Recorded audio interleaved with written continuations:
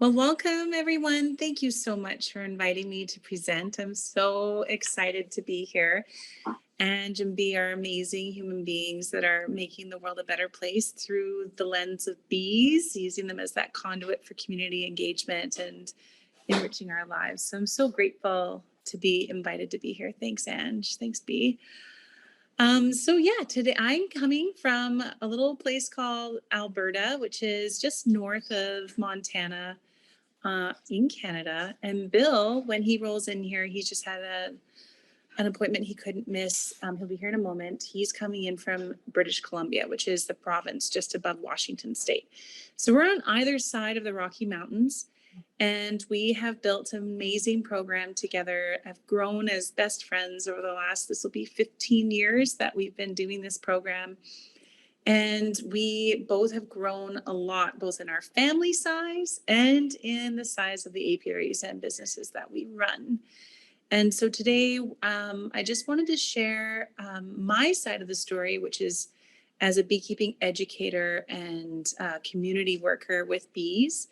And then Bill's going to share his side of the story when it comes to being a nuke and queen producer and how we work together collaboratively to get really good quality, sustainably produced bees, which is a rare thing, distributed into Alberta, because most of the bees in Canada are brought in from overseas. Like we're talking 96% of all the bees in Alberta are imported from the New Zealand or foreign market. And we're the 5th largest honey producing region in the world, and we produce 90% of all of the honey in Canada. So it's a crazy industry and it's not self-sufficient. So with Bill's work and my collaboration in supporting his business, we've been able to make some good things happen. So if you go to the next slide, Ange, that'd be great. Thank you. Here's a little video that we want to share. The sound doesn't seem to be working. Are you? Oh, Ange, I think it's because you're muted. I was just going to say it's because I'm muted. I can hear it, so I'm going to start it right from the beginning.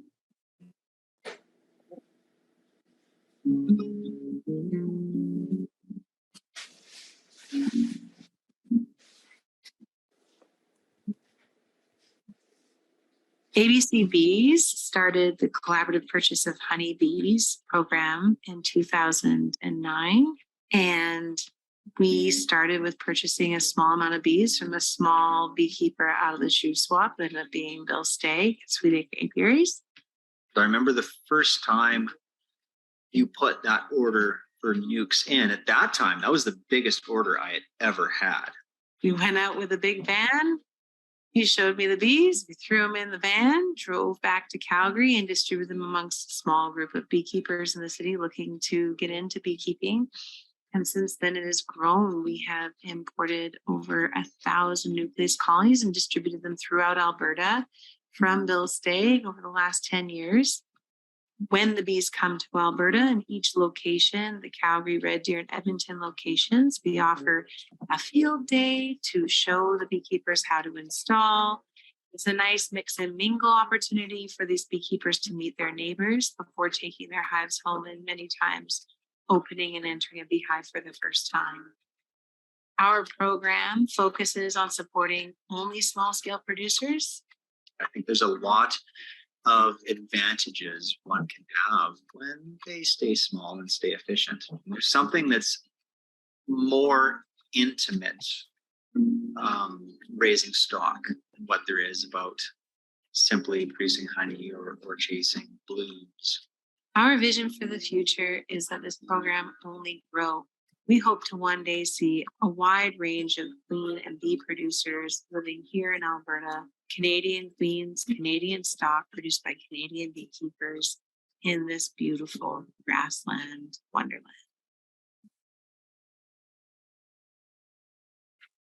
So I don't know, it might have been a little bit broken up, but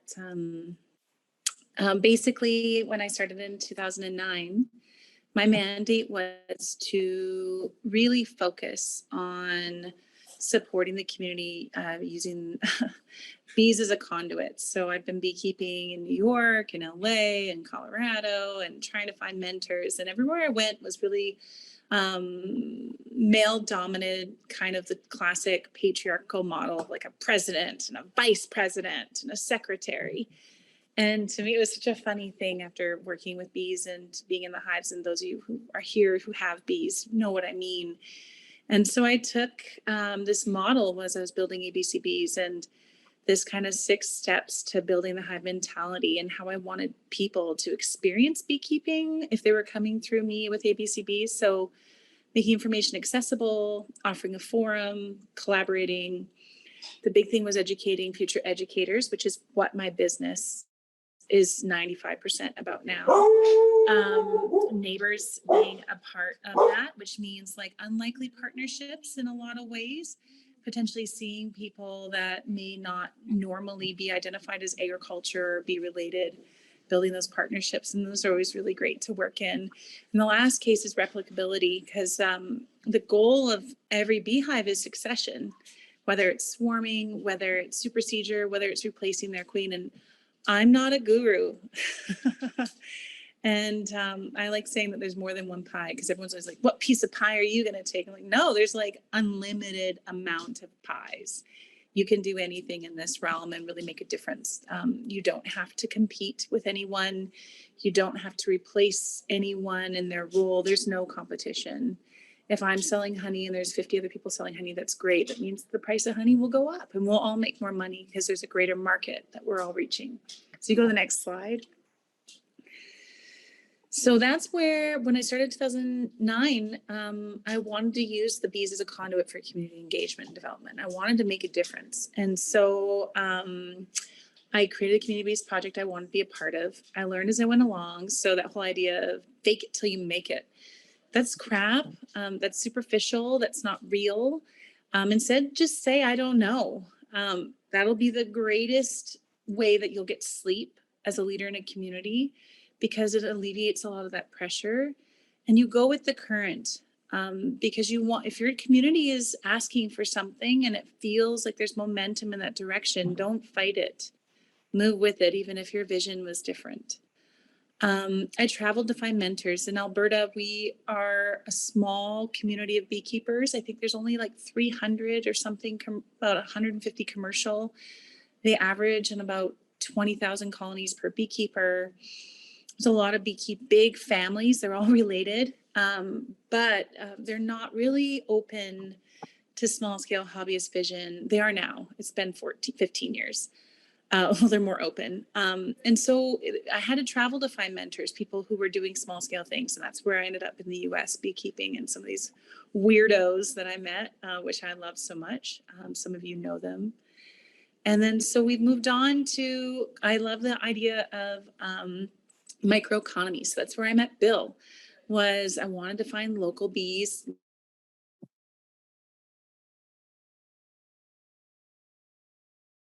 Eliese, you just Was I muted. muted that whole time? No, just for a second. I apologize. Oh, okay, good. I was like, no. Okay, so I had to travel to find mentors. So like Michael Bush, Corwin Bell, Kurt Bio, Sam Comfort. I was out there over the last, the first, 8 years. I was traveling around meeting all these weirdos that you guys probably know.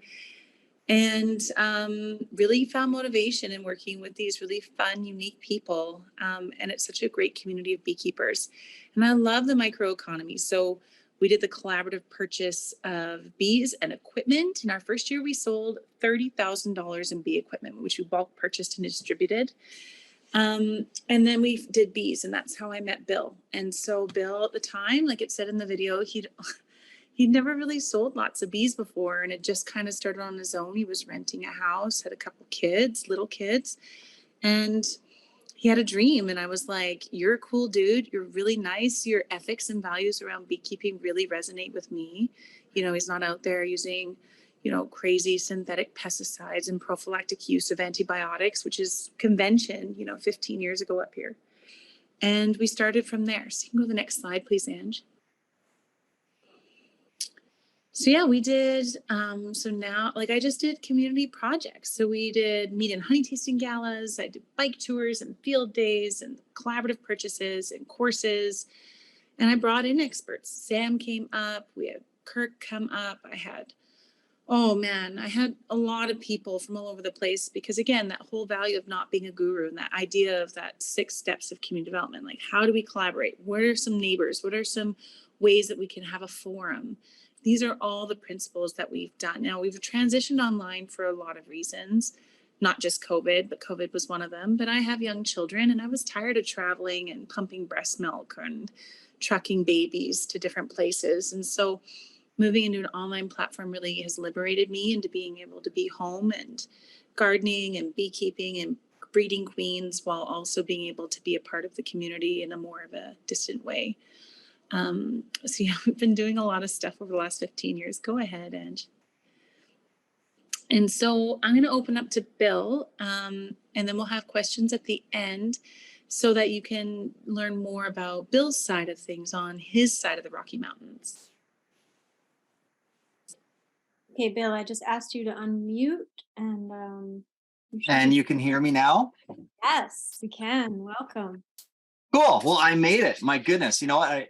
I was excited and looking forward to today. And then I realized I had to sign something at the notary's office in town. I'm like, oh, crap. So it's been a bit of a rush. So I missed a little bit of the preamble.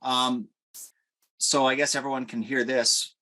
I'd like to go through roughly half of this PowerPoint and then take a bit of a break and then dive into the management part. What does our timeline look like for what you guys want going ahead here? Yeah, we have a robust amount of time. So we have until 7:30, but we do like to leave the last 15 for questions and like, a Q&A style questions. Okay. If that works for you, you can take it away and pause. Sure. Now for controlling the slide, is that something I can do, or I'm going to have to make a hand I'm signal? going to do that. And so you could either hand signal me or you could just say next slide. Like Okay, perfect. real fancy, like I'm your research assistant at a university. There we go. Okay. Yeah, well, thanks for inviting me. This is kind of exciting.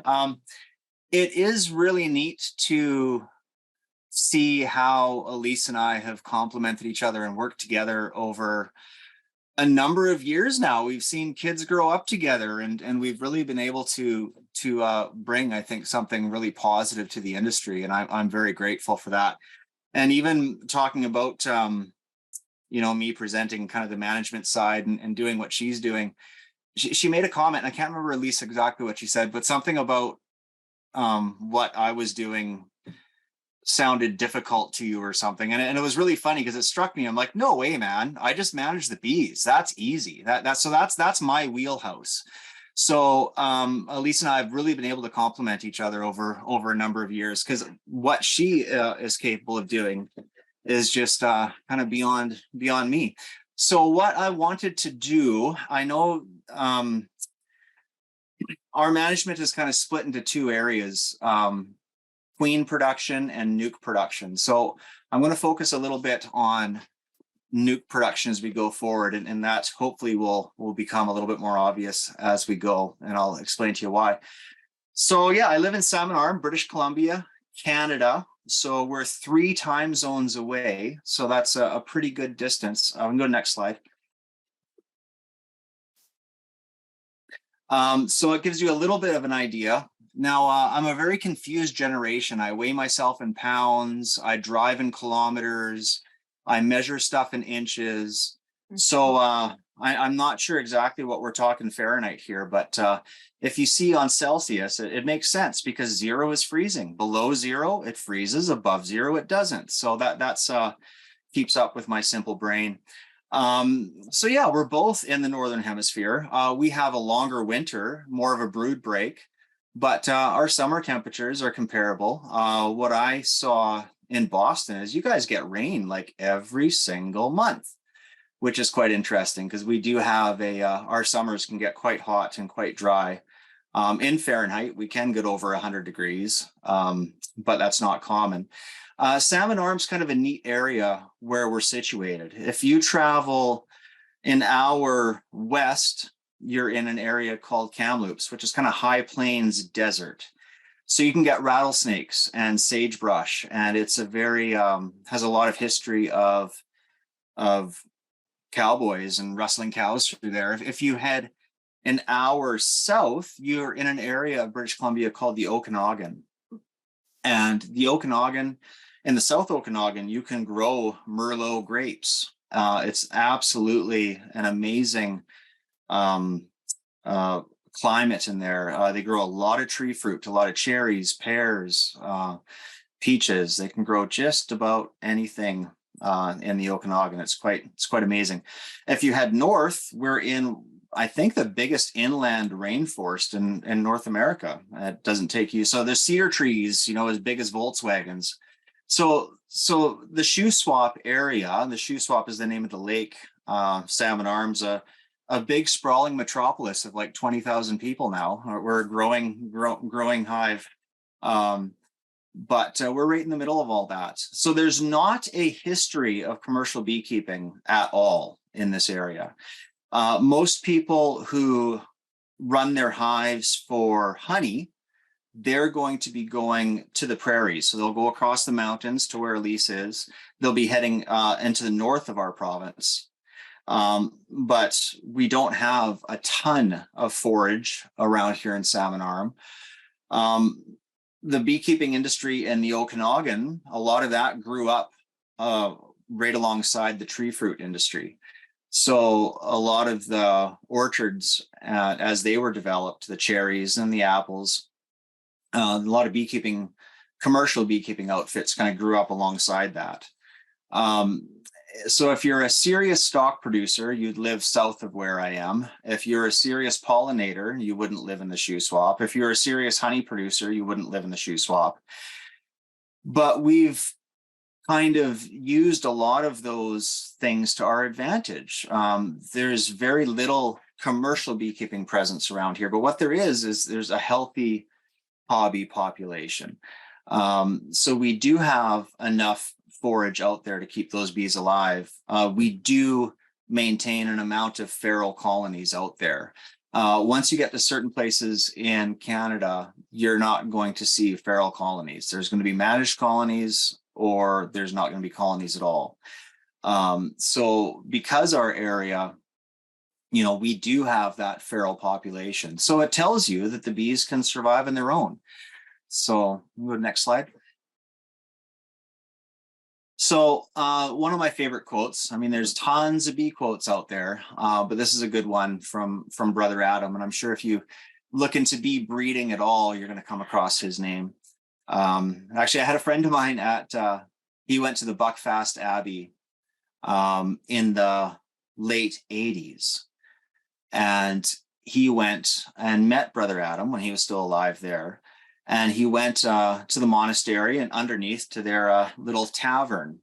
So it'd be kind of interesting to go into a tavern of a monastery, but they had a big sign behind the bar, and it had this, friar of some kind sitting there, all very serious look on his face. And the caption underneath it said, "Drink is thine enemy." That was the tagline there. And then right beside it, it had the same friar, but this time his cheeks were just a little bit rosy, and he wasn't looking very, very somber and serious. He had a big smile on his face and a big pint jug that was almost empty. And the caption underneath that poster said, "Love thy enemy." So I think it'd be kind of neat to go to some old medieval tavern underneath that and see that. So it always kind of makes me laugh whenever I see Brother Adam's name. But how we've always approached our management is, how do the bees do it? They're going to be our teacher, right? There's a lot of things that become habitualized, that become convention. And there's always that point where we can learn a lot stepping back and stepping away from that and kind of looking at a bigger picture. And I think that's what we've tried to do here, is what do the bees need to be successful? And if we can encourage that and provide that in turn, that's going to bring us success. So I think there's this idea And I know a lot of people suffer from it. I'm sure we've all done some degree of it, but there's that beekeeper's math, right? So we sit down, okay, one hive equals this much money, which equals this much honey, which equals this much profit. And there we go. There's my beekeeper math. I'm going to get into bees. But it very seldom, if ever, works that way. So how we've set ourselves up is to try to be responsive to what the bees need, learn why they succeed, and see if we can encourage and maximize that within our outfit. So next slide. So, and I don't know, did you go over any of my history, Eliese? I missed the first 10 minutes. Okay, so I'll give you a little bit of that. Both my wife and I got married young. We did everything kind of backwards in that sense. We didn't know what we were going to do for jobs or career or anything. And one of the first jobs, we both ended up working at an organic produce farm. So it was a really interesting experience. It was all run with Percheron horses. And actually the main farmer at the time, he was from Pennsylvania. So he had a little bit of that heritage behind him, but there was no tractor on the farm at all. And there was 30 acres in vegetables. So vegetable farming is quite intensive. And if you think 30 acres of produce, it's a pretty intensive little farm. So it was a really, really neat experience to be around. It was all Percherons. He loved Percherons. So it really awakened in my wife and I a love of agriculture. There's this working with your hands, working seasonally, being, that feel of dirt. It was a wonderful, wonderful experience. But you also kind of quickly realize, okay, if we want to pursue this, A, we need land, and B, pulling potatoes for somebody else is not going to pay a mortgage. So we were kind of wrestling with this. How do we get into agriculture? How do we turn this into this love of ours? How do we pursue this, and how do we make it viable for us going forward? So we're heading home one day, and the farmer there, he's like, "Hey, Bill, you're into the whole back to the earth goat thing." He said, "Have you ever thought about beekeeping?" And this was 2001. And of course, my response was no. Who thinks about beekeeping? I mean, this is pre-colony collapse disorder, so it wasn't in the public sphere is what it is now. So it was pretty interesting. He offered me some old bee equipment. I still have the old smoker he gave me. And he said, "Well, it might suit you. You should go check it out." So I went down to the library and got some books on beekeeping. And they were black and white books. I think it was Starting Right with Bees was one of them. It was another one too. And that's all there was at the library. But I read them and I fell hook, line, and sinker. I told my wife, I said, "That's it. We're going to be beekeepers." And she gave me a real funny look. But there was something that just really captivated. And I think everybody who has bees kind of shares that. And a lot of times talking to people who get into it later in life, there's often an experience at the farm or with their uncle or with their aunt or something. And, the seed was planted at some point in their life and it never quite leaves. So there's something about that hooked me into it at that point. So that's when we started our adventure. We spent 4 years working for outfits in the Okanagan, which is close to an hour drive from our place. And that's when I tell people that was my apprenticeship. If you get into any kind of trade, it's going to take you multi-years before you become a journeyman, and then your education begins. And it was kind of similar for us as we got into it working for other people and slowly building up some of our own hive numbers. That's when our education began. So yeah, it's been a real adventure. When we first got together with Eliese, we were just to that point where we're thinking about, okay, now the bees have to not only pay for the bees, but they have to pay for a little bit of us. So my first biggest nuke order, I think, was 40 colonies, and that went through Eliese to Calgary, to Alberta. So it was pretty neat. One of the people that I worked with in the Okanagan was a beekeeper by the name of John Gates, and he was quite involved in developing a breeding program here in British Columbia. Traditionally in Canada, what we've done is we got cheap bees from the States. We'd got buy packages. They'd all come up into Canada. They would get shaken into bee equipment and then ran for the season in the Canadian prairies and in BC as well. And at the end of the season, they would get out cyanide and gas and kill all of those colonies. So they would store the equipment. And the next year, cheap bees, and they'd bring them all up from the States again. So, and there's still in a group of beekeepers who want those package bees back. But that whole thing changed in the 80s with tracheomite, varroa mite. The border was closed down. So the biggest industry change in Canada is bees could no longer come in from the mainland states.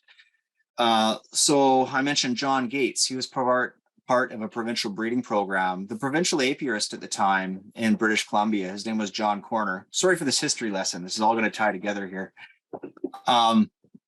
But John Corner saw the writing on the wall. So even as early as late 70s or early 1980s, we started developing our own breeding program in this province. So we originally accessed bees from all over the world at the time, whatever we can get our hands on, and they were run at different places within the province. One of the key figures in that industry, or in that movement, I should say, was John Gates, who at the time was a provincial an apiary specialist within the province, I think is what his title was. So as John was involved with that program, he eventually retired out of the ministry, and I was able to work for him. So I learned a ton of stuff from John. He was a very, very knowledgeable beekeeper. But one thing that John always did was raise his own stock. So a lot of places throughout Canada, BC, Alberta, you go to bee clubs and they rely on imported queens, and all of their management mentality is all based on getting early queens. Whereas my training in the industry was based around raising your own. So it was very different kind of mental shift. And even now, the border was closed, I believe, in 1987 to packages, but we can still get queens in, still ship queens in. It's amazing how many beekeepers all around our country still don't understand how to run a sustainable outfit or raise queens and do that on their own. But that is something I wasn't trained that way. So I've always been the beekeeper to raise his own stock.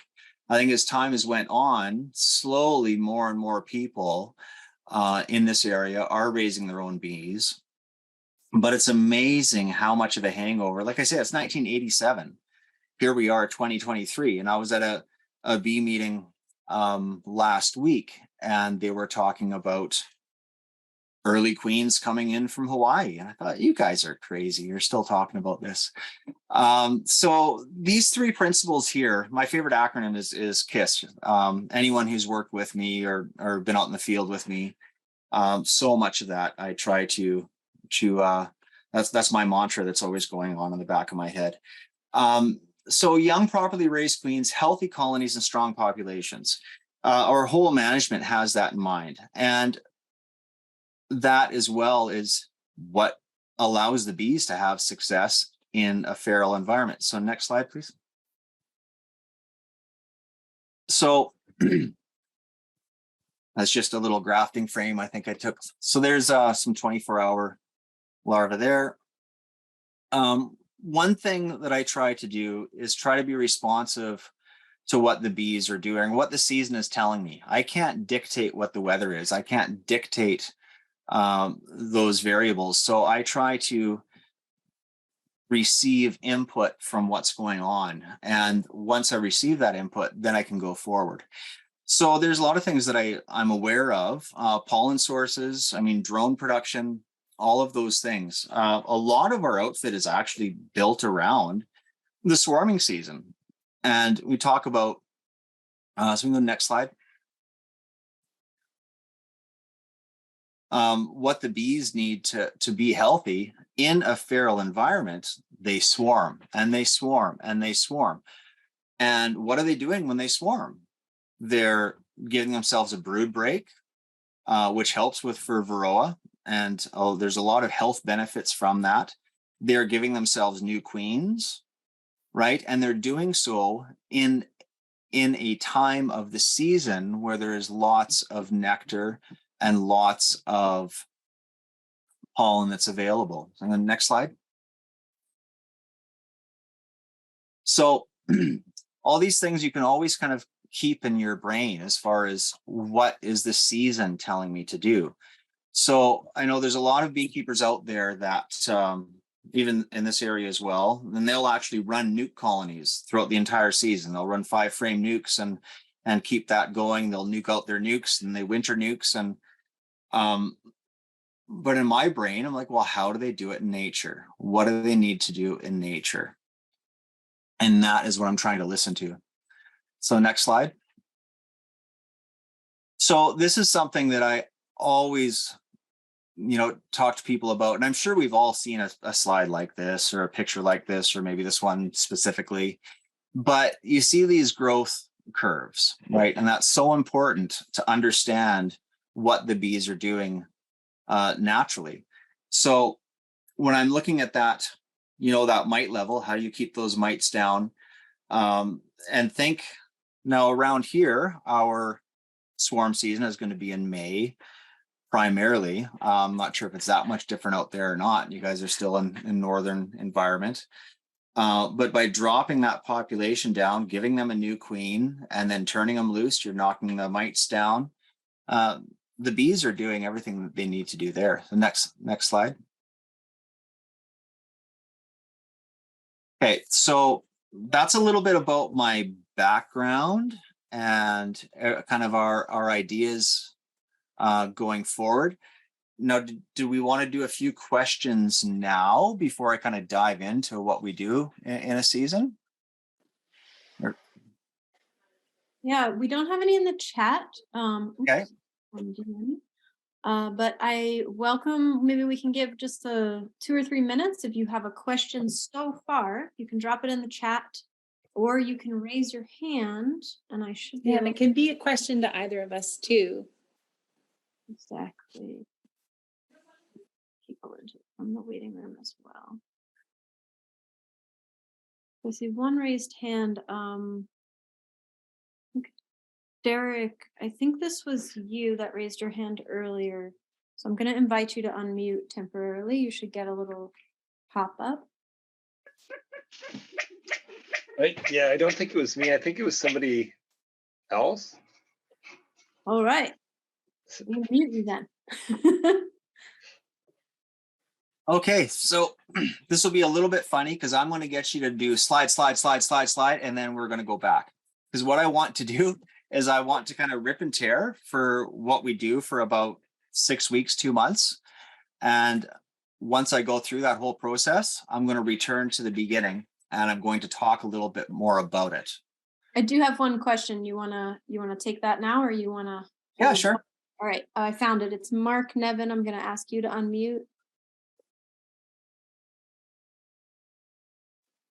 Hi there. Sorry, I didn't mean to ask Okay. a question. Maybe I clicked. I'm not even touching my phone, so I'm not sure how I got. All right, I'm gonna mute you. I've got Bonnie whose hand is raised. Okay, I have a real question. Thank you very much. I'm very engaged because I'm from Kamloops. I put it in the chat. I'm like, hey, thanks for representing our region, Bill. And I guess my question is, like maybe Eliese, if you can talk a little bit about the collaboration that you have with Bill, like how does that work? And maybe you're going to circle back to it, but I'm curious about your community-based model and the sort of like interface with Sweet Acres Apiary. Okay, so easy. So how it works is each January, historically, I had an online quiz people would take. And they had to pass the quiz. But everything, and the quiz was really built around, you could know nothing about bees and you could, Google it. Because the goal was is most municipalities didn't have bylaws on beekeeping. So keeping the community in mind when there was bylaws or council or thing like that, I wanted to be able to come to the table and be like, everyone who's purchasing bees through me is ethical. And here's my proof. Every person who's bought bees from me has passed a quiz, like blah, blah, blah, blah, blah. But I kind of was biased if they showed that they were willing to work with other beekeepers or had a family member that was helping them, that was weighted higher than whether they got questions right or not on the quiz, because I don't really care. People are going to learn on their own pace and their own time. So that was the original thing is, and that once they passed the quiz, then they were able to purchase bees, and the bee sales happened January through March. People would pay 100% for their bees up front. And then I would send the money to Bill. So he had seed capital for when he opened his hives in March to then whatever, if he needed nuke boxes or what, a truck, gas, like starting as a small business, it's expensive. So we would send him the money up front and then he would deliver the bees, or I would drive out, help build out the colonies, and we distribute the bees. That we do distribute them in 3 different cities. So it's over the weekend. We do Calgary the first day and then Red Deer, Edmonton the second 2 days, which is about a 3-hour drive in total north of Calgary.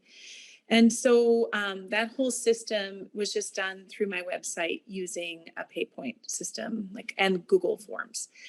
So really, this is the first year we've had a hard time selling bees, but it's actually exciting because there's actually other people selling bees with locally produced queens on the market, and which is exciting for me. I'm actually, like I said, there's more than one pie. So it's not a bad thing that we're having a harder time selling bees this year. It's a great thing. The industry's finally shifting. But historically, like we would be selling 200, 300 nukes. And then I would call Bill. I'm like, can you sell 325? How many more can you fit on a trailer? And he'd be like, by that time, by like May, he would know. And then we would do that distribution. And with that, we have queens that come in, and I would, have them in my pocket and hand them out. And then I follow up with everyone. So if people get a nuke and the queens failed, usually I would drive out to wherever they are. And sometimes it's a big weekend where I'm driving to people's farms all over the province. And checking bees with them. And usually 99% of the time they're queen right. They just have never seen eggs before and they don't know how to spot a queen. And they just need someone to hold their hand and be like, your smoker's not lit. Your zipper's unzipped. Take a deep breath. You're okay. You got this. There she is. Do you want me to mark her? Like things like that. Mm-hmm. And so it's hard to do all of that. If Bill had to manage each invoice, each distribution point, each personal complaint or concern, it would burn him out. And if I had to breed queens and breed stock and do nukes and then visit every beekeeper, it would burn me out. So we are able to define these things, split it down the middle, which works out really well for both of us. He makes amazing bees and I get to create an amazing experience for beekeepers. Is it, would you describe it almost like a CSA or something like that, where you get the money up front, or It was a do co-op. you feel like it's more sort of like a typical distributor kind of relationship? It was or? a registered co-op. And then I had a nonprofit and I had a for-profit, and I'm telling you, tax season sucked. So everything's underneath my for-profit business, but I run it in the same lens and system as what a cooperative would be, or a CSA. Yeah. So it's all underneath the business, but we're sustainable, whatever, B Corp, whatever. So that's how we run it now. Well, thank you. Of course. We had one more question before we go on, which is from Amy, who is curious how y'all did, how you raised your beginning infrastructure. So how did you raise money for the cost of hives and queens? Was it grants or crowdsourcing or another capital campaign? Bill. Yeah. I mean, we started literally with one nuke, and then that swarmed because I didn't give it enough room. So I bought another nuke and then I harvested one frame of honey. And it's funny, we all start somewhere, right? Like at that black and white book I was looking through, the first time I was in the hive, I couldn't tell you the difference between capped brood and capped honey. And I wasn't getting the picture clear enough in the book, and I was sweating bullets because I didn't want to get stung, and it's the way it goes. Our growth strategy has definitely been slow and steady. It's been an important part of our growth is not to go into debt. So we've been able to cash flow most things. When we first jumped in, I was running close to 40 colonies. And that was all stuff that we had built ourselves, literally with a $100 chain or $100 table saw and whatever cheap plywood or lumber you can get our hands on, and free paint and all that stuff. We did do a deal with a beekeeper down in the Fraser Valley, so that's closer to Vancouver, right on the coast. And we took over some hives, and I ran them down in the Fraser Valley, and received money for blueberry pollination, raspberry pollination, and for cranberry pollination. And those were 100 colonies, and I brought them back to the shoe swap, and we did do a personal handshake deal with him. And the reasons that we were able to do that is because we had all that guaranteed income from the pollination that he set up for us. So it was an absolute gift from above to have that fall into place. It's interesting because even though we dove in with both feet, I worked for commercial outfits in the Okanagan for years. I worked for the Ministry of our Provincial Agricultural Office program. And I worked as a bee inspector for 6-7 years. So it was a part-time appointment. But all of that stuff, I took the Bee Master short course at SFU and got an A. So if I got an A on my Bee Master's course, I should certainly know how to keep bees. That first year of going into winter with about 140 colonies, we lost over 70% of them. So, one of the guys I worked with in the Okanagan, he had this saying, and it always kind of irritated me, but it's always, I find myself using it now, and it's always in the back of my head. And he says, well, you pay for your education one way or another. So we paid for our education by losing 70% of our livestock. Now, if I can be honest, I have a pretty good idea of why that happened, and we've never had a loss like that since. But you could imagine if I was paying a bank or took a loan to purchase livestock, that would have absolutely crushed us. There was a point about that same time period, actually, there was a gentleman close to Kamloops in Pritchard, and he was trying to sell close to 300 hives, about 250 colonies, and he was retiring. And we had actually looked at getting financing for that. Now this would have been, oh my goodness, I'm not even sure the year, probably 2007, 2008. So banks weren't happy about lending out money at that period of time. We had actually worked out a deal with a program, a government program. Once you're denied by so many banks, the government's still going to give you money. So, but the longest they were going to amortize it for was 5 years. And it was over, basically our payment for just the bees would have been over $1,500 a month. And they had the check ready for me, and I chose not to go pick it up. And wasn't much long after that where we lost 70% of our livestock over winter. So that would have sunk our ship before we even were able to set sail, essentially. So financing is a difficult thing.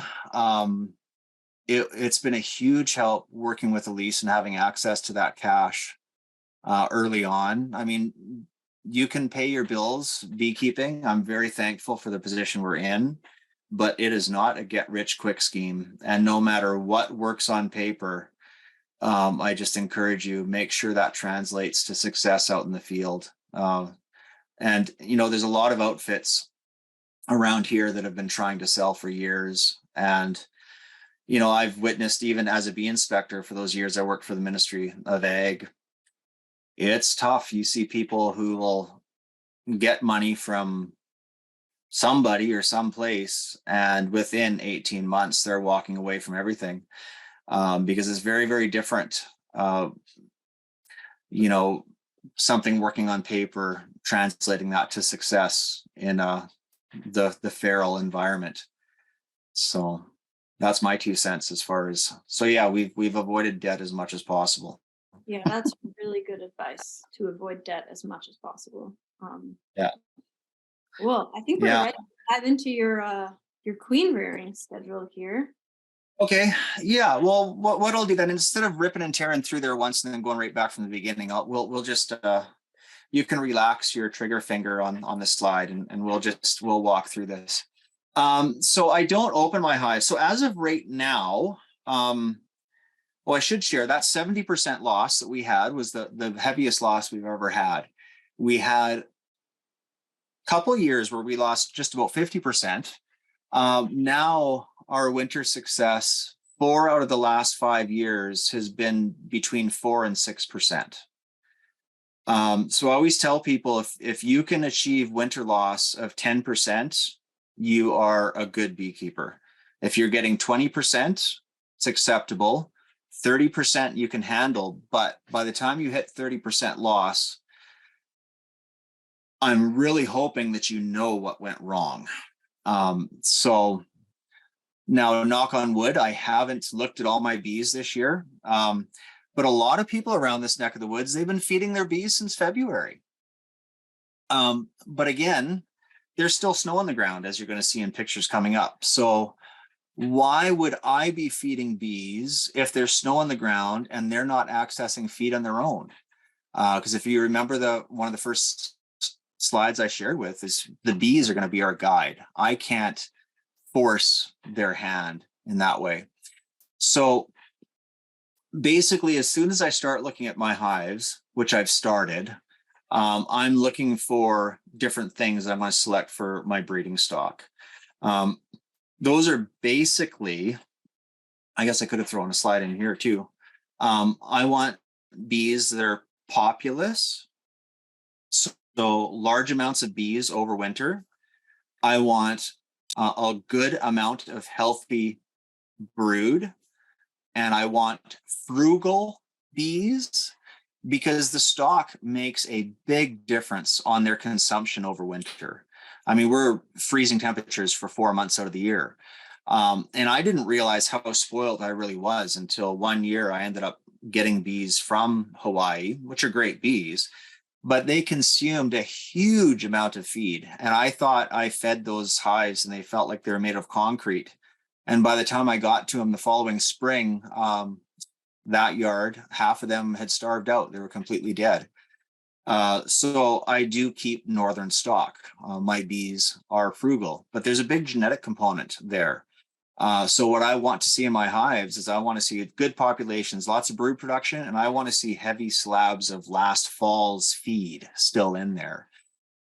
So having said all that, I want bees that are gentle. There's no reason to have bees that are aggressive or nasty. They do not produce more honey than gentle bees. And I want them quiet on the comb. So those are the things that I'm always looking at. All of my breeders I cycle out every year. So I don't hang on to them for 2, 3, 4 years. Again, that just complicates things. And if you remember my favorite acronym, it's keep it simple. So that's how I select my breeders. So next slide. So the first thing, what we really start doing, so I just took these pictures the other day. I have some other pictures I could have used, but I thought, you know what, let's just explain everything in one yard, and I'm just going to walk you through the whole season. So this is what I call our production hive. So this is what we take all of the nukes off of for Eliese and for the other ones that we sell around here. And I call it a 1.5 colony. So I'm not sure what you guys use, what your vocab is out there. The box on the bottom here, so the white one it's often we'll refer to it as a Dadant honey box. So it's a 6.5-inch box, and then I have a standard deep on top of that. So every single one of our colonies goes into winter in that arrangement, and that's how they come out of winter. So everything that we have right now looks exactly like that. So what my goal for each production colony is, I take 2 sales nukes out of each one, and then I rebuild it back into a honey production unit. And then knock on wood and do rub your belly and pat your head and hop on one leg, hope that the bees can access some nectar. A lot of times our honey flow here, we'll get it throughout June, and then once July hits, our flow will taper off because we don't have copious amounts of forage available. But fortunately, most years in the shoe swap, we do get a honey flow that will last July into August if we're lucky. So providing we have that later season honey flow, we can sell a couple nukes out of each colony, and we can still maybe not maximize honey production, but we still have obtained some honey production. Yeah, so once we do that initial check, even when I'm selecting breeders, oftentimes I will go and now I'm going to start feeding. Now I'll do that by giving them maybe a half frame feeder of syrup.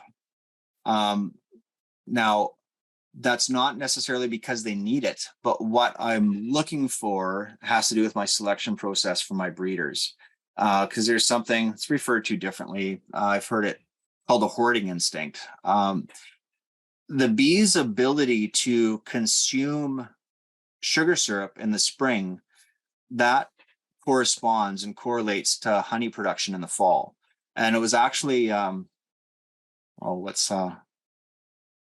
Szabo in Alberta, Eliese. He did some really interesting research and drew a very, very good parallel in the 1980s in Alberta over that, or between those two. So that's one thing that I'm aware of, where if I'm looking at a colony and it's there's lots of honey there, everything looks okay, but they're not taking down syrup, well, then I don't want to select that.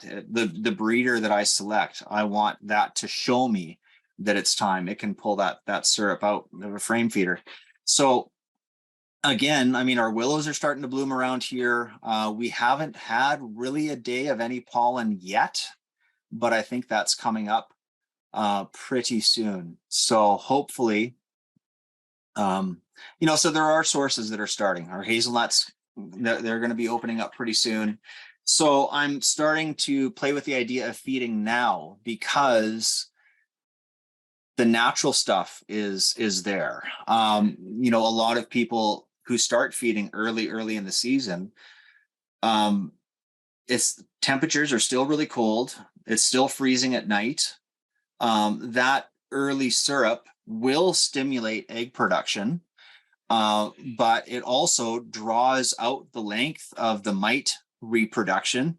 Because if you're asking them to start brooding up earlier than what the season is telling them, the mites are going to increase at the same time. Because of the cold temperatures, you're playing with possibly nosema problems, dysentery problems. It is a stress to the colony. So that's a biggest reason why we do not feed early in the spring, just because I think for what you benefit, it's just not worth the risk. So April 1st to 15th, this is what we're looking at. So yeah, we can switch the slide. So now is when things really start to kick it into gear. Now we do, about half of our colonies will actually run into the Okanagan to pollinate cherries. So cherries generally are around April 15th to April 20th.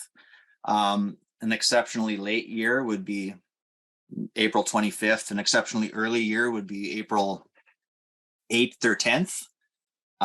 So what we do is go around, and after all my breeders are taken away, we flip and reverse all of our colonies. then I will feed them sugar syrup. So then they'll get a full frame feeder of sugar syrup. I hate using frame feeders, but it's better than any other option that I've tried.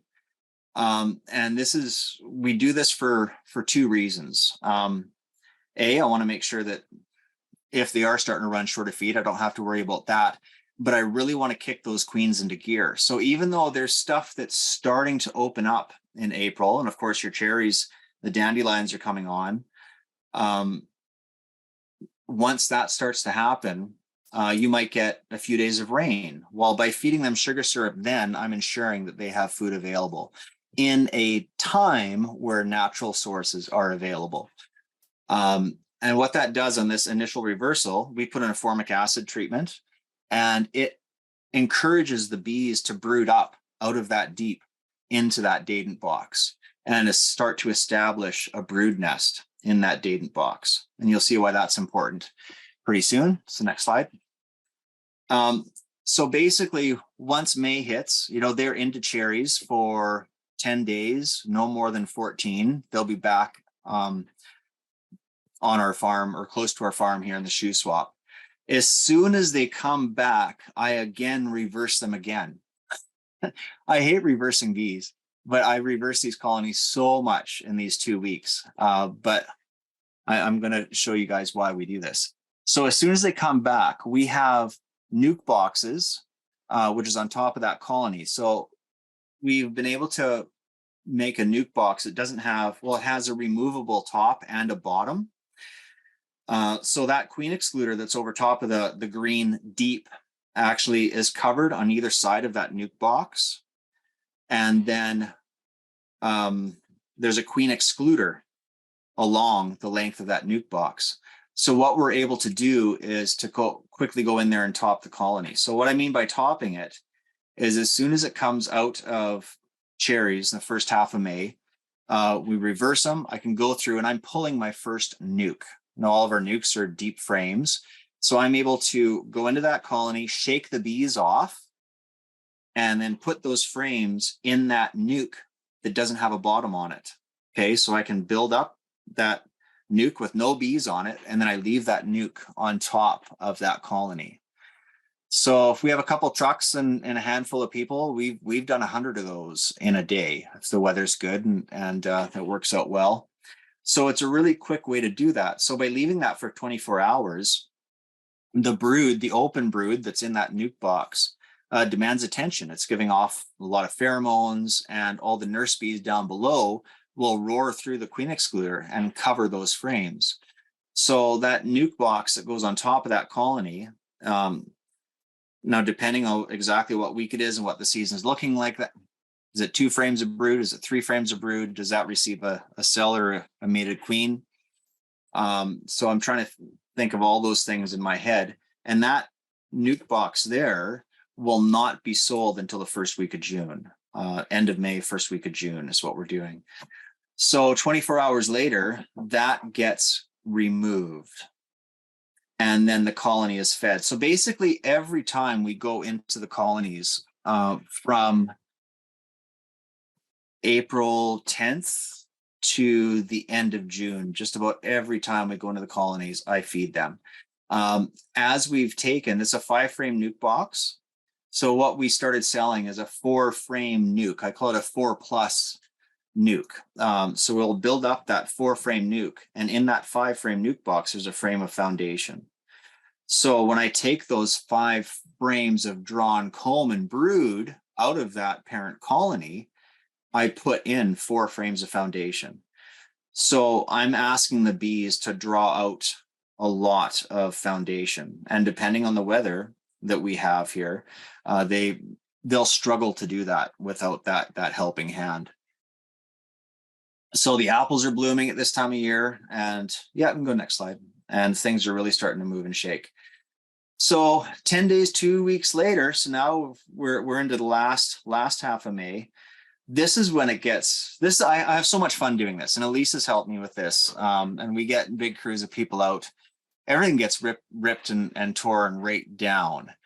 So if you remember on the last one, on the last slide, the deep was on the top. So what we do here is we split everything up. So every colony essentially gets split into half.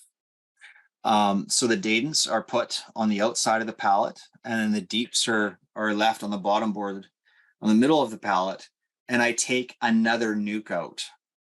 So if you remember at the beginning when I was talking about each production hive gets 2 nukes taken away from it. The last slide was the queen-less nuke, where we top the colony, take it away, 24 hours later, pull it off. Here we take a queen right nuke. So I'm taking last season's queen, and she's getting sold with that nuke. So what I am left with is that deep, which essentially now has, throughout that season, completely refreshed its comb. And there should be hopefully 1 to 3 frames of deep brood left for myself. So what I'm keeping for myself in that deep is actually smaller than all of the nukes that I sell. So it doesn't take a lot, but if you remember that growth curve and that your swarming season, we're in the middle of May. That's what bees do on their own. So I'm mimicking what is taking place in nature. I'm just controlling it a little bit so we're working together for mutual benefit. So the reason that dadent went on top of those hives going into cherries is it gave the opportunities for those queens to go up and establish a brood nest in those dadent boxes. So the neat thing about that is I now have that picture of 4 colonies. I have 8 units sitting there. So once that last nuke is gone, our nuking season is done. So it's funny that I just went through those 3 slides in 4 minutes, and I think about the hours that it takes to actually perform that. So we only run kind of 300 to 350 production colonies is what we're running. Our mating nukes are a little bit different in how we run our mating nukes.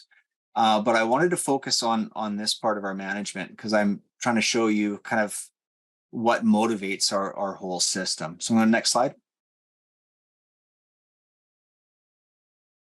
Yeah, so there we go. Nuking season is done. That's a great picture, Eliese. That was last year.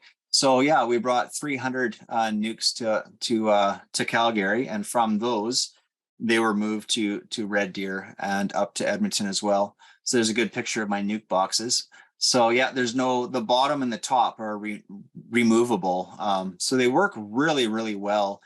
I struggled for a long time getting a nuke box that worked for me in the field and worked for the customer as well. So that's a design that we finally came up with after many other attempts, and I'm really happy with this current incarnation. So next slide.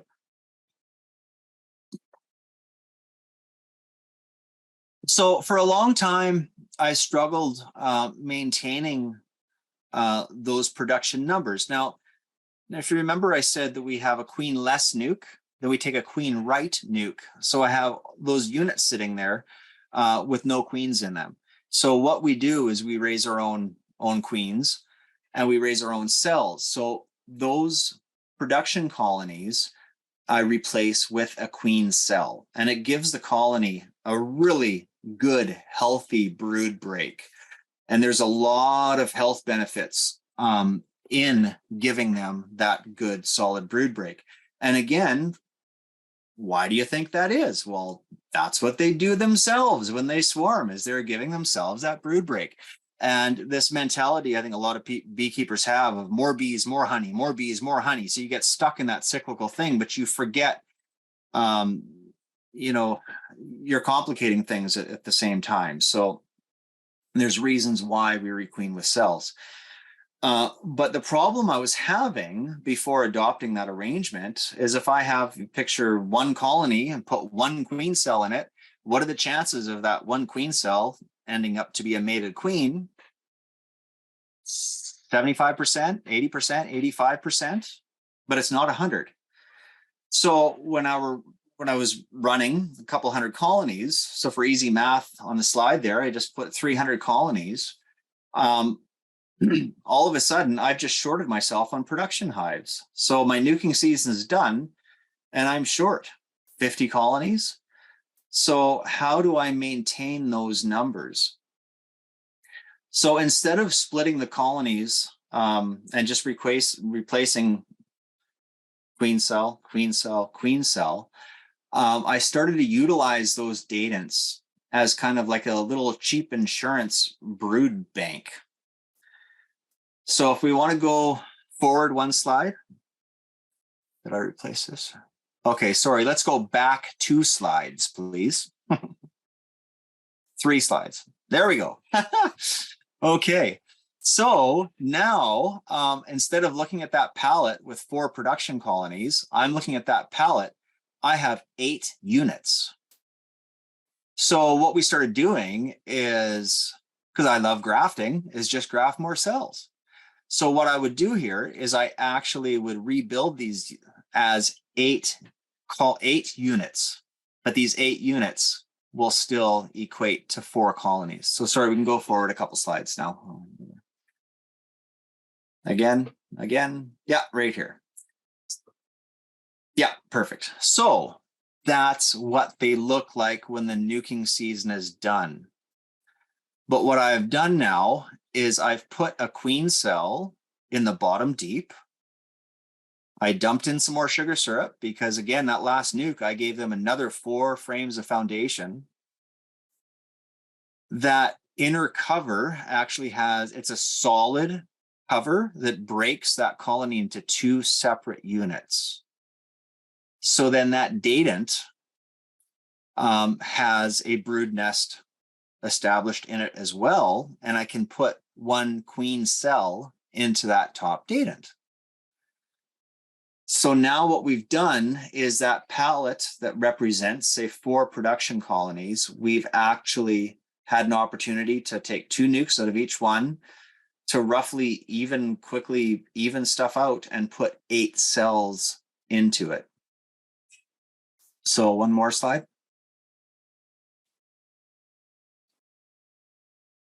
So by doing that, I fix my numbers problem. Because if I've celled up 8 units, I'm going to have a success rate of 75 to 90%, which means now I don't just have 4 colonies there. I have 8 queens or 7 queens or 6 queens or 5 queens, but I got more than 4. So come the end of June, I can actually go through these colonies. And again, it gives me another opportunity to quickly even them out. Whatever extra queens I have, I can sell them and I rebuild 4 production units. So if you remember, oh, I smell a coffee. So if you remember, I had split those things up. Now, what the 3 things I talked about is a young queen.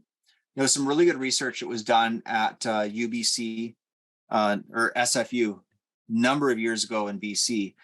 And they showed the wintering success of a 1-year-old queen compared to a 2-year-old queen compared to a 3-year-old queen.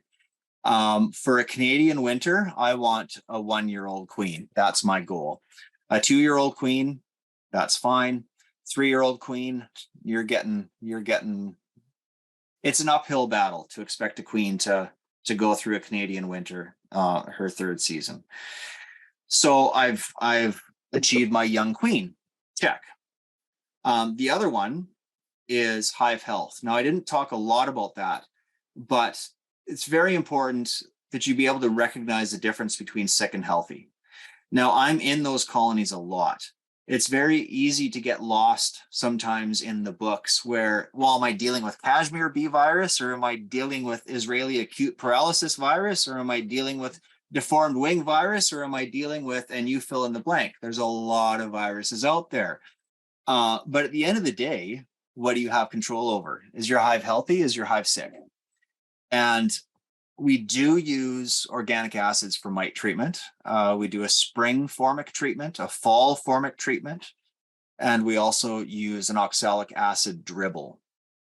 I think for a few years, I definitely kind of allowed those mite levels to go higher than what I possibly should have. But it kind of hit me one day. We have all of these tools in our tool belt, whether it be organic acids, whether it be management. I'm not going to mess around with high queen levels. You know, the bees deserve better than that, in my opinion. So I keep them low. All of the stock I'm breeding from or selecting from has all been exposed to Varroa. And I think the more time that goes by, there's going to be a lot more Varroa tolerant stocks out there. And I think we're heading in the right direction, but it will take time. So I have low mite levels because of the organic acid treatments, but also look at that brood break that I just did to those colonies. There's huge benefit to that. Now, the other thing that I talked about with my 3 points, my third point was large populous colonies going into winter. So what I've allowed to happen here is, let's assume that all 8 of those queens flew out and started mating and started building. I'm building those 8 units into 4. And what that is doing is giving me a nice large colony right by the end of June, and they have a real good chance of getting me some surplus honey. Now, if you look at the actual timing there, it works out pretty darn nice. So when you're requeening with a cell, it's going to take 14 to 17 days for that virgin to hatch out, for her to fly out and mate, for her to come in and then start laying eggs. And then it's going to take another 8 days before any of that eggs hatch, before the cell gets covered and pupation happens. So you're given a real nice solid brood break there. But that's what they do when they swarm, because when they swarm, that virgin will go out with the swarm. So that's exactly what I'm doing here. So that's really nice. So not only do I, young queen, low mite levels, and healthy population. So next slide. So there we go. Great bat put together. Now I can go for a canoe trip or take a couple days off or relax a little bit. Then summer hits. So that's what I wanted to share with you guys, basically. And if you can hit those 3 things within your management, I think you're going to have success. I was at a meeting a couple years ago, and it was a small club meeting, and I didn't prepare much for it, but I had an idea in the back of my head because I knew there was a good beekeeper there, and he does things completely different than what I did or what I do. So what I did is I picked on him, I put him on the spot, and I said, okay, Wayne, you tell me what you do over a season. And we put it on the whiteboard, and I was able to show everybody, okay, look at where his young queen is. Look at over here where his healthy population comes from. Look at right here where his hive health comes out of. And, his picture was very different than mine, but he still hits those things. So it's really interesting. Oftentimes you'll find with bees and beekeeping, it's often a reflection of a person's personality too, and you run into that even with commercial outfits and especially in hobby outfits. You'll see, and there's no one size that fits all, because different people will have success. So you have to kind of ask yourself, okay, where are those reasons for success, and how can I incorporate them into what I do? So yeah, so there we go. So is there any questions about that? That's what I wanted to share with you guys. Yeah, we've got a robust question list. So I'm going to stop the share so I can see it. Wow, thank you so much. That was so neat to see how you take those. Oops, and now I'm stuck in ending slideshow land here. To see how you take those colonies and use that one colony to make 2 nukes and then 4 colonies throughout the season. I'm in my head working my own bee math. So, somebody asked if you insulate or wrap your colonies in any way during the winter time. Yeah, so no is the easy answer. I'm concerned about wind if I'm in an area, because I do have a couple of yards that are in a windy environment. Now I try to do what I can to provide wind breaks, but I do wrap those colonies. Okay. Other than that, what I do for wintering, and I mean, I didn't go into summer and fall management, but keeping with my acronym of KISS, I feed steadily in a lazy fashion in the fall. I try to feed as much syrup as I can get until they stop taking it. So if I go to a yard and a quarter of the bees a week later, they still have sugar syrup in their frame feeders, then I'll stop feeding. They have enough. So what I'll do is on top of that deep box, there'll be an inner cover. Sometimes that's wooden plywood. Sometimes that's a chunk of carpet. Sometimes it's a rubber mat I've used, whatever. But over top of that, I do have a piece of rigid insulation. And that is, does give a certain R value to those to the roof of the colony. Over top of that rigid insulation, I have my telescoping cover. Most of my hives have metal top lids. But as long as I have those 3 layers there, and that's all I do. So I don't, depending where you are, I think most parts of Canada, yes, you're going to have to wrap your bees. Even within British Columbia, there are people around here that put a lot of effort into wrapping their hives. But as a general rule, no, but I do add an insulating material on the top of them. When do you start your grafts? April 10th-ish. Cool. Yeah.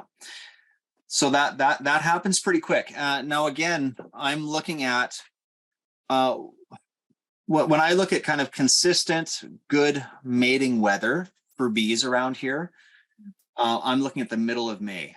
Mm-hmm. So starting at the middle of May, I can start working my way back. Yeah. So when I start looking at those colonies, even now, within the next 2 weeks, when I actually start pulling frames out, I'm looking at my stronger colonies and I'm very much aware of any eggs or young larvae in drone cells. Yeah. Because that's one thing, even if you get weather where you think you're going to graft or you think that you're going to get mating weather, you need drones. And during that Canadian broodless winter, there isn't any. So that's a big thing to watch for is, my strong colonies are starting to produce drones. Okay, 6 weeks later, I'm going to have mature drones for mating queens. Right. And the big thing when it comes to grafting, it's important to keep in mind, like the colony has to be strong enough in order to attend those grafts and feed them well. So Bill's told me in the past, when he looks and he knows it's grafting, whether he'll see fresh comb on the inner cover and you see drones into production, and that tends to be your environmental indicators of that being like a timely early spring start. Mm-hmm. All right, someone from the I'm probably going to butcher this word, Keweenaw Peninsula in Michigan is saying that in early April they still have snow on the ground. So based on your model, Bill, would you recommend waiting until after that snow has melted to feed, or would you feed even as that snow is still falling? Well, I mean, the pictures that you saw on the slideshow, that was taken yesterday, and we have less snow than normal this time of year.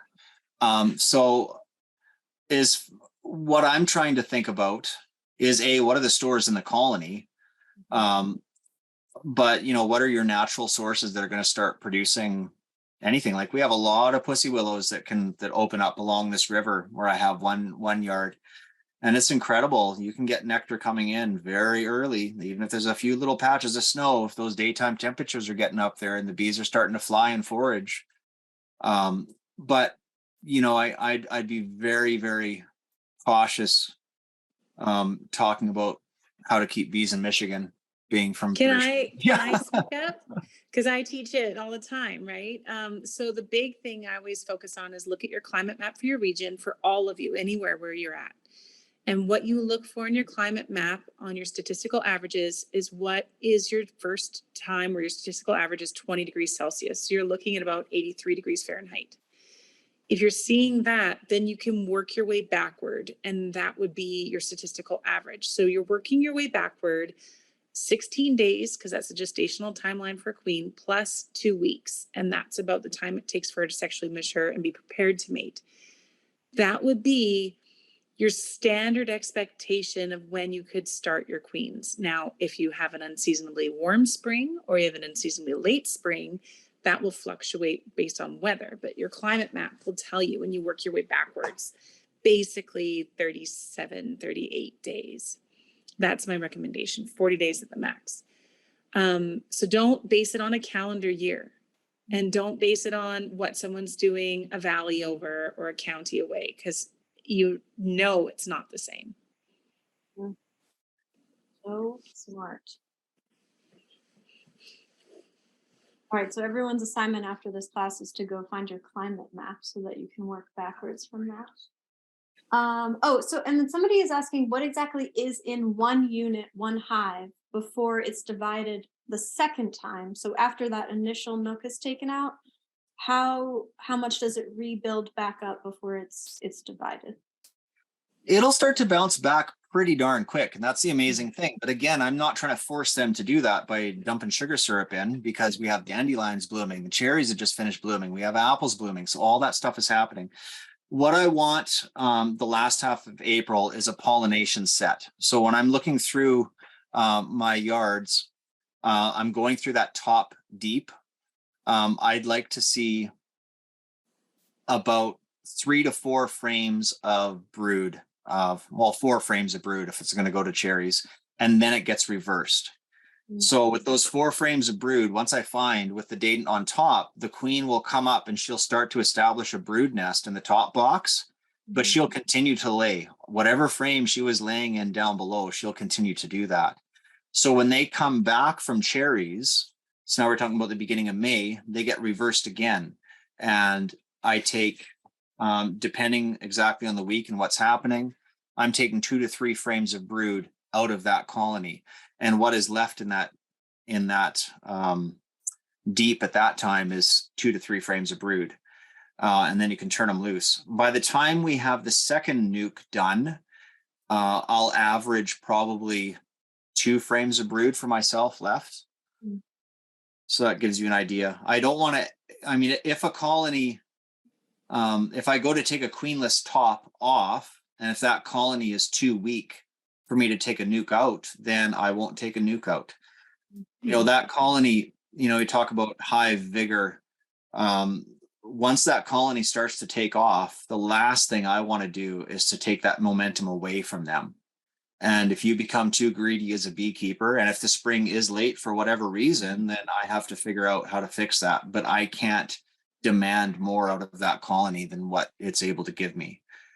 So it's a bit of a, it's a line that you have to walk a bit, but you do it a few times and you realize what that is. You find that out. So I don't know if that answered the question, but that's. I think to Elise's point, like it's, you really have to be looking at what the colony is capable of giving if you're making a split. So you can read all the recipes and listen to Bill's systems or another presenter's systems, but if the hive isn't ready to give up that split, then you're going to be robbing it of all its resources. It's going to be demoralized, and it's not going to thrive. And it's the same thing with supering. It's the same thing. You have to look at the weather. You have to look at your climate region, and you have to read your bees. If she's not laying more than, a frame a week, why would you pull, right? But what Bill has is when he puts those bees into pollination, I mean, the thing is we have up here is we have way more daylight hours. So once we're heading into May, June, we're looking at, 18, sometimes where I'm at, like 20 hours of sunlight. So there's a lot of brood rearing time happening and a lot of foraging capacity happening further north. And so when Bill's bees, I always go out there after cherry. We go out there and he's already pulled nukes, and or I'll be helping him pull his second round and we'll be topping. It's crazy. It's like 1 out of 10 isn't strong enough to pull one. And then there'll always be, out of the 10, several that we can steal a frame of brood from, so that we'll only take 1 frame from that colony, but we can take 2 from one over there because they're robust and really booming. Wow, I didn't think about all that daylight that you get. That's cool. Yeah. We have sort of a question about brood break, so I'm gonna combine the questions to wrap up our question here. So the brood breaks that you're doing in the beginning of the year are you're dropping a 10-day cell, or you're allowing them to raise their own? And then to piggyback on that, do you do any additional brood breaks along the season, or you just move to organic acids from there? Yeah, intentionally, that's my only brood break, and I will put in, I'm shooting for a 10-day cell to go in there. So and there's times where I run out of cells and, oh crap, okay, they can make their own. Or there's sometimes that I'll be putting in cells even on day 4, day 5, day whatever, handle them carefully and drop them in. But my intention, and that's the only kind of intentioned brood break in the season, is right there. And the thing is with Varroa management, he's pulling cap brood all the time, and it's being split up all the time. So I can say, having gone through Bill's bees and how I manage mine the same as him, because it's so efficient and everything's so light, which I love. It's not heavy work, not until later in the season, is that because you're breaking up that brood nest, because you're splitting everything up, mite loads are extremely small. So the formic acid application that he is applying in the fall, the mite gone, which is not the same as Mite Away Quick Strips, the efficacy on that product is really good. That, I mean, we're hard pressed in my opinion, or in Bill's, to really find good mite, specifically Bill's, to find a good solid mite count, which is really lovely to see, because I count some mites in my yard last year that were, I was like, yee. Mite bomb, yikes. Because I'm not as efficient as he is in his system. Wow. Yeah, I didn't think about pulling all that capped brood. Wow, that was amazing. I'm inspired. I don't know about y'all, but I'm gonna go do some math. Well, and the goal of our presentation is to see the power of collaboration, right? Like, I've learned a lot. I've only been beekeeping for 15 years, and I've been doing it all alongside Bill as he's grown and he has his experience. And he's my mentor and a great friend, but it also allows for me to help his business and support him. But I help the community of beekeepers getting, strong, healthy Canadian bees, Canadian stock, supporting a local beekeeper. And in return, Bill's able to really focus on efficiency and managing bees in a sustainable way that is really like a closed unit, as far as not having to import queens, import bees. And because he's not worried about, people coming to his farm every other day to pick up nukes and then rescheduling, and it's not working out, or they didn't pay, or did he lose that invoice? And that's a really exhausting part about retailing bees. So we're able to work as a team. But I really want to drive home too, is like cold climate beekeeping, there are ways of maintaining an operation like Bill's, like 300 or less colonies, and producing, like, we sell those nukes $3.95 this year, $395 per colony. And he takes away $330 per colony in his pocket, and we sell 300 of them, and it's cash up front for him. And so it allows for him in his small operation to scale up, stay small, but to be profitable instead of pushing into the thousands like many operators do up here. Yeah, and I really wanted y'all to come and share this collaborative model, because I don't see it a lot. I mean, we see the distribution of bees, often that's very cross-regional in the US, which doesn't allow us to get localized and adaptive stock. And there are loopholes, and there are some people doing things a little bit differently, but there's a real power in being able to collaborate with other beekeepers to do what you do well, to understand roles clearly and to create generative collaborations so that everybody benefits, both the beekeepers and the clients. So thank you so much for being here. Thanks for having us. Yeah, I did drop into the chat an evaluation, so it just asks a few questions about what you learned. All of these classes have been grant funded, and so in order to continue getting funding, we have to prove that we taught you something. So if you can click on that and fill it out, I will also be sending out the recording probably by Monday of next week, and I'll send you the eval link again in case you lose it. Eliese, it looks like you just dropped your email into the chat. Yeah, email me if you have any questions. I have videos and stuff on what Bill does, so I can share those links too with you guys on like what it looks like in the field to do these manipulations. Excellent. Thank you. Yeah, and yeah, thanks for having me share it. It's been enjoyable.